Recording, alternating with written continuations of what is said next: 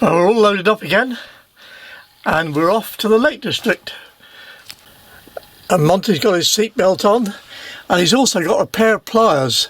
Now why is that? I'll tell you why. Because sometimes the chip in the key doesn't communicate with the engine management system and you can't start the engine. It turns over but the pump doesn't work. By that I mean the fuel pump. And the first time I had to get somebody to come out and fix it for me, he showed me how to do it. All you do, quite simply, disconnect the battery, wait, I don't know, 5 minutes, 10 minutes, reconnect it, and 9 times out of 10 it starts again. So that's why he's got the pliers, and I hope we don't have to do it again too often. But anyway, let's get going now. We're just about to arrive at a little place called Pontrellis, and there's a bridge over a small river, and when we get over the bridge we will be in England, and it will be a few days again before we see Wales. Oh, we just kept through, yes. And over the bridge. And we are now in England. Herefordshire. I'm in a long queue here. This is Hereford. Notorious. If ever a town needed to save its pennies and build another bridge and a bypass, this is the one. This queue is being caused mainly by some rather complicated traffic lights and road junctions at one end of the bridge that goes over, the only bridge that goes over the river, and it's chaos, and I've got 1.5 miles to go. I've hit Hereford at the wrong time. I'm on the winding, twisting road between Ludlow and Bridgnorth. And it's a nice road, but it's slow. And that pub there, Boyne Arms, that's a good pub.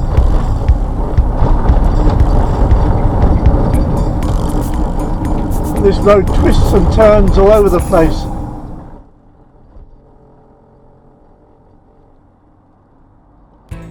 I stopped last night on the driveway of a friend in the village of Pattingham where I used to live. But now I'm continuing north through what I believe is particularly the Lune Gorge, part of the Lune Valley.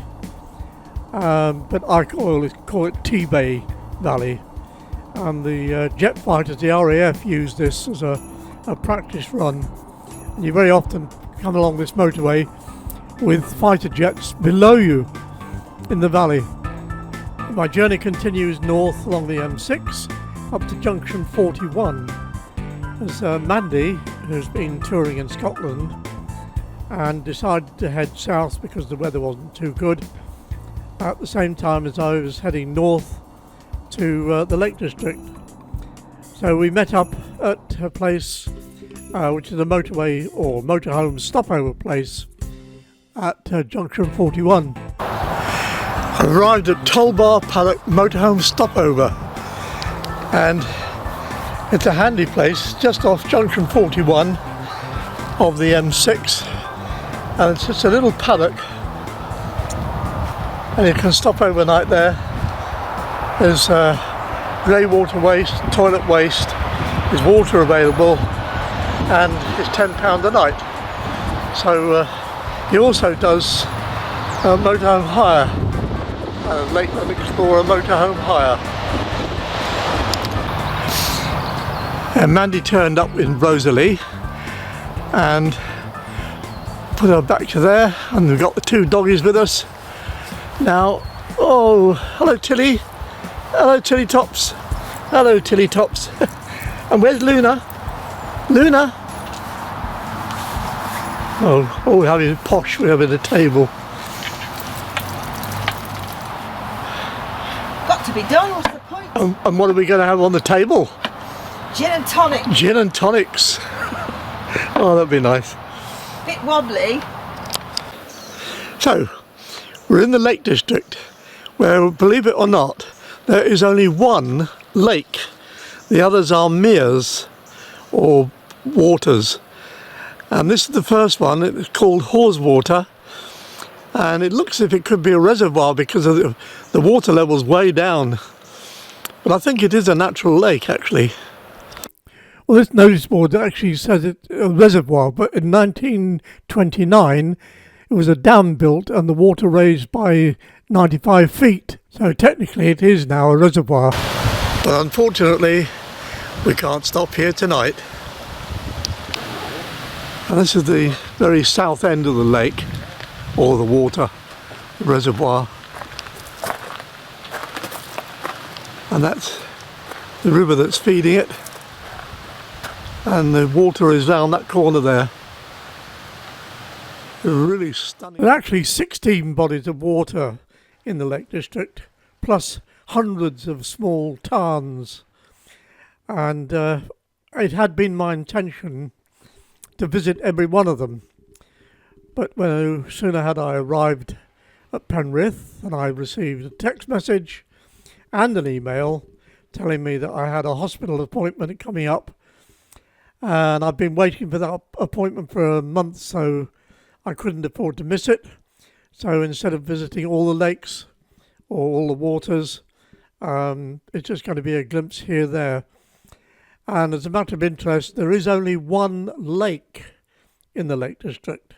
All the rest of them are either meres or waters.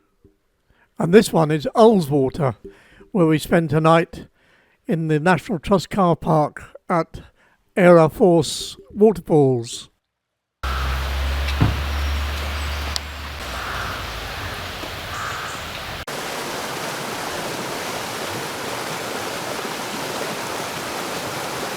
It's £10 for the night, but then I pay another £7.50 to park Gwendolyn here whilst we go off in Rosalie.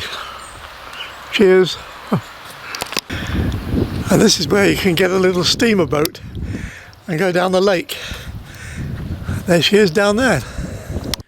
And her name is the Lady of the Lake, and she was built in 1877 in Scotland, Rotherglen, and transported in 3 sections by train to Penrith, and then by horse and drays to Pooley Bridge, where she was launched on the 26th of June 1877.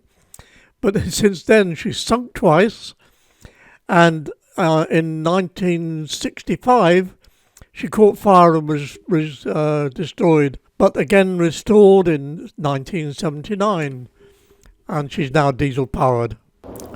And whilst looking at that, I was disturbed twice by these.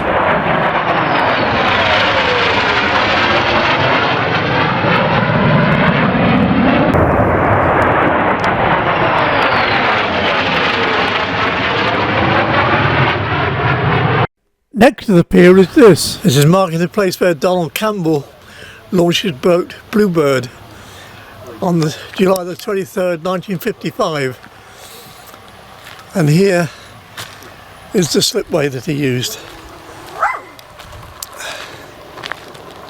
Down there. We also tried to get down to Pier Cottage on Coniston Water, where he launched in 1967 and was unfortunately killed in an accident, but it's all gated off now. Another trip out took us down to Lakeside at the southern end of Windermere, where the pleasure boats come in. Beautiful, beautiful boats. And from here you can get the train on the Lakeside and Hathaway Railway. It's only a short run, about just over 3 miles down that track there. Just waiting for this train to go. There's a little loco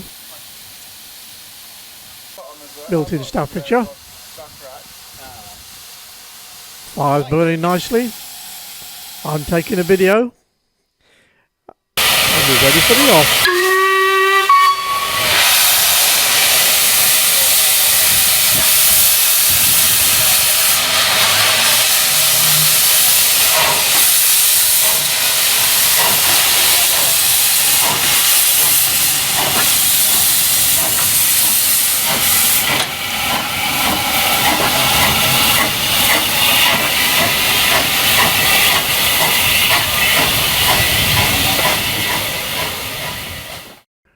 Then we took the ferry across Windermere from Hawkshead to Bowness and back to the campsite. And because of my blue badge, we travelled for free. On the following day we took a little boat ride for ourselves from Bowness, which is about halfway along the lake, up to Ambleside, which is at the north end of the lake, or should I just say Windermere. As you can see, it was very, very calm and not a bad day at all, really. And because we'd taken an early sailing, the boat was practically empty. And that one looks pretty empty as well. And finally, we were approaching Ambleside at the north end of the lake, where we turn round and go back. And the trip we'd booked was 75 minutes, and it was pretty close, spot on. Well, we had been sitting on the lower bow deck, but as soon as we left Ambleside, we moved to the upper level.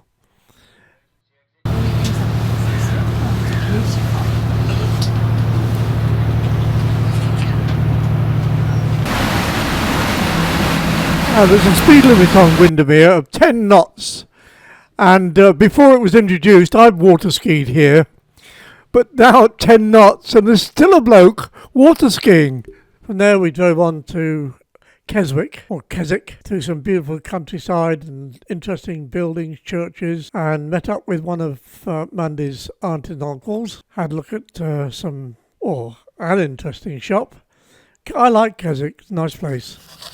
And the next morning we were woken by the sound of wild animals, and it was time to head south for my hospital appointment. But on the way there were two places that we had to go and see: Morcambe and Blackpool. Bring me sunshine in your smile, bring me laughter all the while. And who's that from? That chap, Eric and Morcambe Ernie. and Mandy. Good old Eric. Christmas isn't the same without Eric and Ernie. Bless them. And then of course it's the famous Art Deco hotel on the seaside at Morecambe.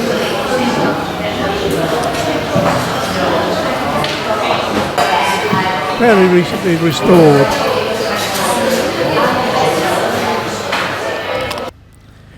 But then on to Blackpool and a drive along the Golden Mile. There's a famous seaside place called Blackpool that's noted for fresh air and fun. And Mr. and Mrs. Ramsbottom went there with young Albert, their son. A grand little lad were young Albert, dressed in his best, quite a swell, with a stick with an horse's head handle, the finest that Woolworths could sell. They didn't think much of the ocean. The waves they were fiddling and small. There were no wrecks, nobody drowned, in fact nothing to laugh at all. So seeking for further amusement, they paid and went into the zoo, where they had lions and tigers and camels, and old ale and sandwiches too. There were one great big lion called Wallace. His nose were all covered in scars, and he lay in a somnolent posture with the side of his face on the bars. Now Albert had heard about lions, how they was ferocious and wild, and to see Wallace lying so peaceful, well, it didn't seem right to the child. So straightway the brave little fella, not showing a morsel of fear, took his stick with the horse's head handle, and he poked it in Wallace's ear. Now, you could see that the lion didn't like it, for giving a kind of a roll, he dragged young Albert inside cage with him, and he swallowed the little lad whole. Then Pa, who'd seen the occurrence and didn't know what to do next, said, "Hey, Mother, yon lion's just at Albert." And Mother said, "Well, I am vexed." Then Mr. and Mrs. Ramsbottom, quite rightly, when all said and done, complained to the animal keeper that the lion had eaten their son. The keeper were quite nice about it. He said, "Oh, what a nasty mishap. Are you sure it's your lad he's eaten?" And Pa said, "I'm sure. There's his cap." Well, the manager had to be sent for. He came and he said, "What's to do?" And Pa said, "Yon lies just at Albert him in his Sunday clothes too." To which Mother answered, "Young man, I think it's a shame and a sin for a lion to go and eat Albert, and after we'd paid to come in." Well, the manager wanted no trouble, and he took out his purse right away, saying how much to settle the matter. Pa said, "What you usually pay," but Mother had turned a bit awkward when she thought where Albert had gone, and she said, "Oh no, someone's got to be summonsed." So that was decided upon. So off they went to police station in front of the magistrate chap, and they told what had happened to Albert, and they proved it by showing his cap. Well, the magistrate gave his opinion that no one was really to blame, and he said that he hoped the Bottoms would have further sons to their name, and at that Mother got proper blazing. "And thank you, sir, kindly," said she. "What, waste all our lives raising children just to feed bloody lions? Not me." But enough of that. We moved on to Lytham St Anne's, the posh end, just south of Blackpool, and where we found a very nice car park with purpose motorhome bays where you could stop the night for £10, right next to a very, very nice park with a lake and a walkway all around it. Very pleasant indeed. And even a Spitfire memorial. But then it was time to head back south and the hospital. Goodbye for now. Thanks for watching, and if you haven't already, please subscribe and look out for my future adventure trips in Gwendolyn.